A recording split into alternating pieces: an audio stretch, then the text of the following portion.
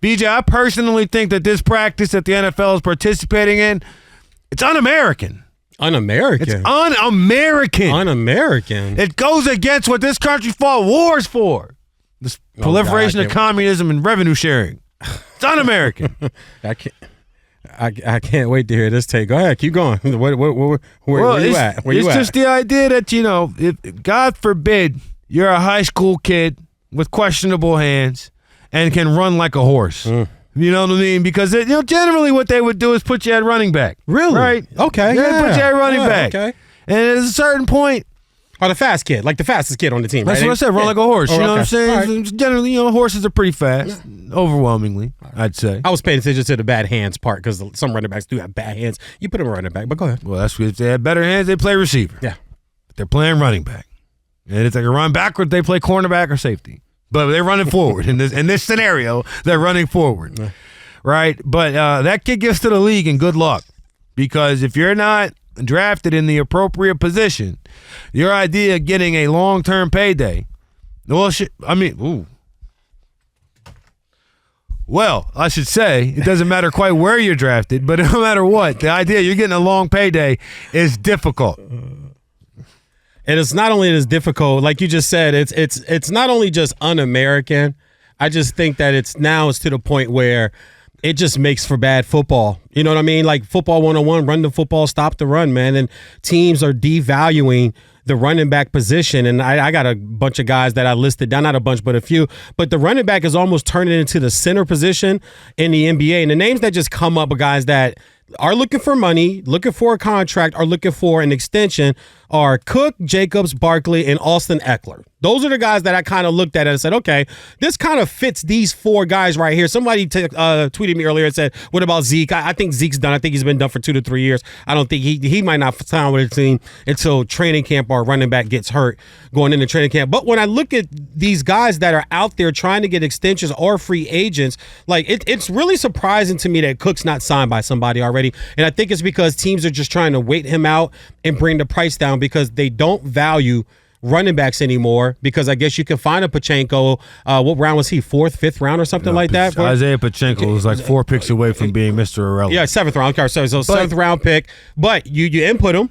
You have a great coach. You got a great quarterback. You got a great tight end. You got a system where a coach can use him anywhere. So you don't have to really overpay a running back to come in and run the ball when you got guys like Andy Reid in that front office there with the Kansas City Chiefs that can find a guy in the 7th round. Mr. Mike Shanahan, the father, he found back after running back Orlandis Gary, Mike Anderson, guys that can run for 1,500 yards, and didn't have to take them in the 1st, 2nd, 3rd round or give them big type deals. And when these running backs do get these deals, it's almost like you're just gonna get one, and after that one, that's kind of it. And I think Todd Gurley was the best example of that. He got that deal, but they knew that knee went right, but they thought they needed to pay him to keep him, and they could get enough out of him to get to the Super Bowl, and they did. Ran him to the Super Bowl. They did. It was enough to get him to a Super Bowl, but then after that, they're like, okay, goodbye. Alvin Kamara is a guy that just got recently paid, but he's got some. But this whole thing is a farce. This whole thing is a farce. Because in no other professional sport does it matter what position you play. If you are the best player at your position, you are getting paid a premium. Yeah. Period. Stop. You said the devaluation of the center in the NBA. But they still get paid. Well, Jokic and Embiid is on Supermax. Yeah. Do you know what I'm saying? Yeah, like the idea that simply because this is one of your better players, but he plays this position, that's why I say it's un-American. They're artificially suppressing. Like, you think about what you just said about Dalvin Cook. Oh, they're waiting to lower the price, to lower the market. Like, the part of the reason why the market is continually lower and lower and lower, because there's not a true free market. It's not a trend. There are very few true free markets. However, in this scenario, you can't tell me. You want to talk about the collusion that is going through with Colin Kaepernick. This right here to me seems part and parcel, because the way this is all set up by position, there's just intentionally squeezing the running back market out. Like the New York Giants, for whatever reason, not paying Saquon. Yeah. Not paying Saquon Barkley. Excuse me. Have you seen your offense in the last 4 years? Yeah. The beef with Saquon coming up was A, he was hurt, B, he couldn't pass block. The last 2 seasons, he's shown he can be a complete back. Yeah.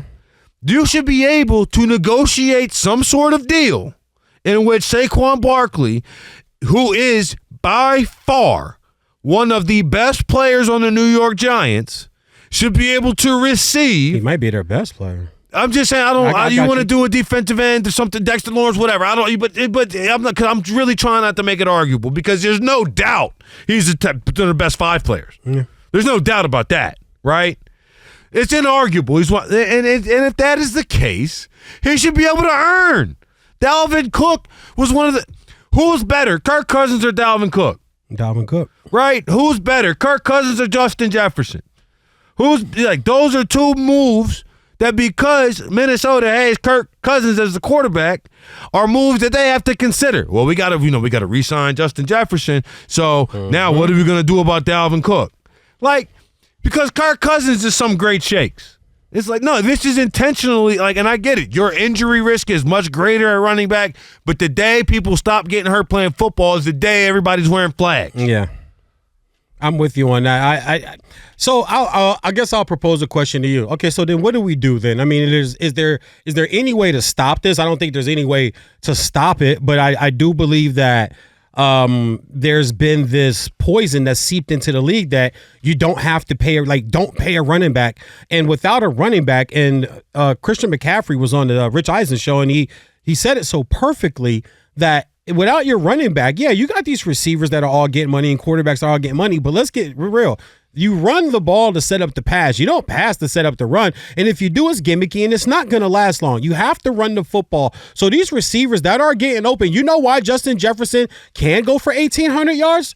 And that's because his running back is running for 1,400 yards. That's why you're seeing so much one-on-one coverage. Our safeties are dipping up a little far in the play action. It's because of the guy back there. But if you don't have that, then you can't get open. You can't get your one-on-one. You can't get room to roam around and be free. So it always starts with the running game. And I think that the respect the running backs has also gone away too. People just don't respect running backs anymore. It's like I said, I don't have an answer for it. What do you do? There's nothing you can do. That's the trend. That's the way that it's going. And you can just continue to find these guys in late rounds and piece them in. What's going to end up happening is kids are going to want to stop playing running. Honestly, kids are going to want to stop playing running back. And when you get to the NFL, you already know you got about a year window. If you look at these backs that are looking for deals, Saquon's only been in the league 5 years. Jacobs, he led the league in rushing last year. 5 yards a carry, 340 carries, 12 touchdowns, 17 for 17. Started every game last year. He's only been in the league for 4 years, and he's damn near trying to beg Vegas to give him an extension. This is what happens. You run on your rookie deal, and after your rookie deal is over,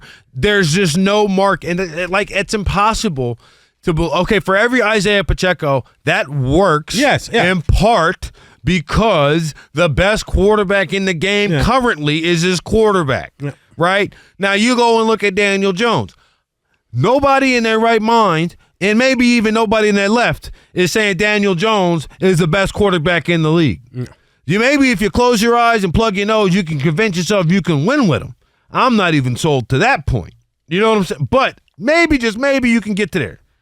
But if you're not running the ball effectively with Saquon Barkley or whoever is the guy back there, that's the problem. And the other thing that makes this, what I say, un-American is this.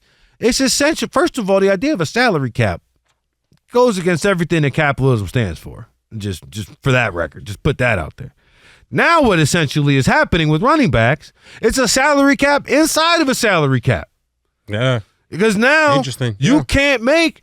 If the tender tag, what's the franchise tag for running backs? Like $10 million, something 10, like 10 that? Right now. It's 10 right now, yep. So any negotiated deal, and history shows that we will see these guys like Pollard. I think, Pollard signed his tag? Because, he's hurt. He doesn't Tony have Pollard. a choice. Yeah, he didn't have a choice. He's coming off of the ACL. But generally, we've seen in the history, we've seen these teams, guys get signed to tags and then eventually negotiate a little bit of a longer-term deal. But again, it's going to be at that $9-10 million because that is what the league has decided running backs are worth. As opposed to, across the board, as opposed to the best running backs in the league being paid as such, and then everybody else falling in line. Think about the concept. The Minnesota Vikings just let Dalvin Cook walk, and there's zero chance. There's zero chance, unless they want to do football malpractice, that Justin Jefferson is not a Viking at the end of after the year after his rookie deal. Absolutely, he's got to be a Viking. I mean, coming off the season that he just had.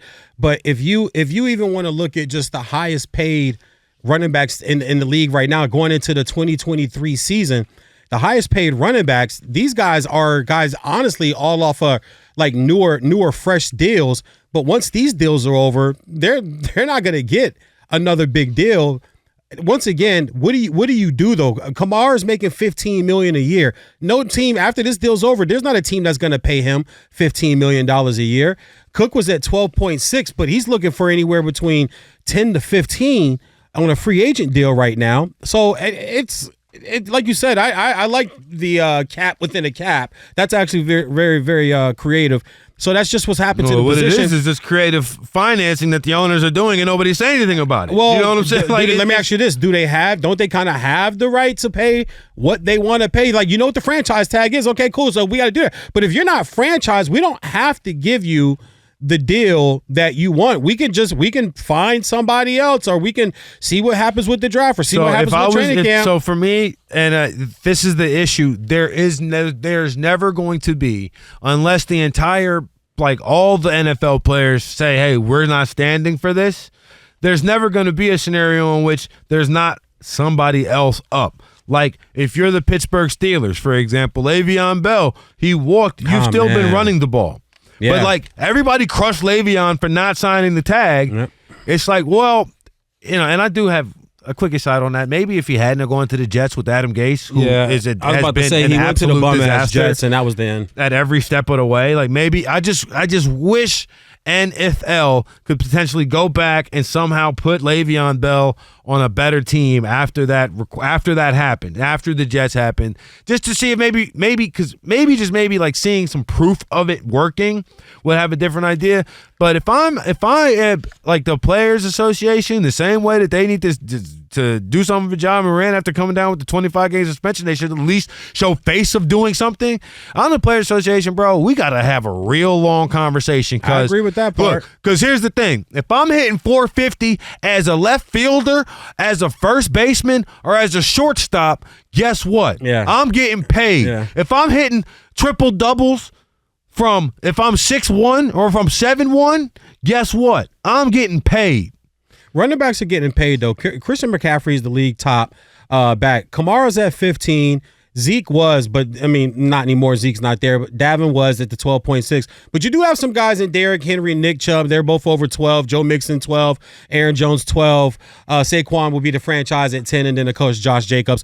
But I think what these backs are asking for, and Saquon said it when he was interviewed this past week, that I'm not asking to be the highest paid back in the league. What I'm asking is to be paid respectably for the production that I give to our football team. And I'll tell you this. You take Saquon out of that offense, that's a 6-win team this year. Like, if Saquon doesn't play this year, I don't care what else you added. You still need your back. And he came back and bounced back last year, almost 1,400 yards and 10 touchdowns. Austin Eckler is another really interesting one because people can point out, well, he's never had a 1,000-yard season, VJ. I'm like, yeah, Austin I know that. Eckler is the exact number. He is the guy that should be getting paid. Exactly. I said, but my rebuttal to he's never had a 1,000-yard season. Yeah, he's also had years where he caught the ball 70, 54, 90, and 107 catches. So don't tell me just because he didn't have a 1,000-yard year in his career, he can't catch the ball. He's still around 18 to 2,000 yards from scrimmage on as far as receiving and catching the football. So running backs do more than just run. There's some that's catching the ball too. Christian got paid. I just hope some of these guys also get paid too. Yeah, I'm not seeing it. I'm not seeing it happening anytime soon. It really is wrong that the NFL still slots salaries by position. Like, the idea that is the case, it is just not the same in any other professional sport. Like, the same way they all got CBAs, they don't all got this. And this ain't, and it really is not right. They need to revisit this one. It really is not right.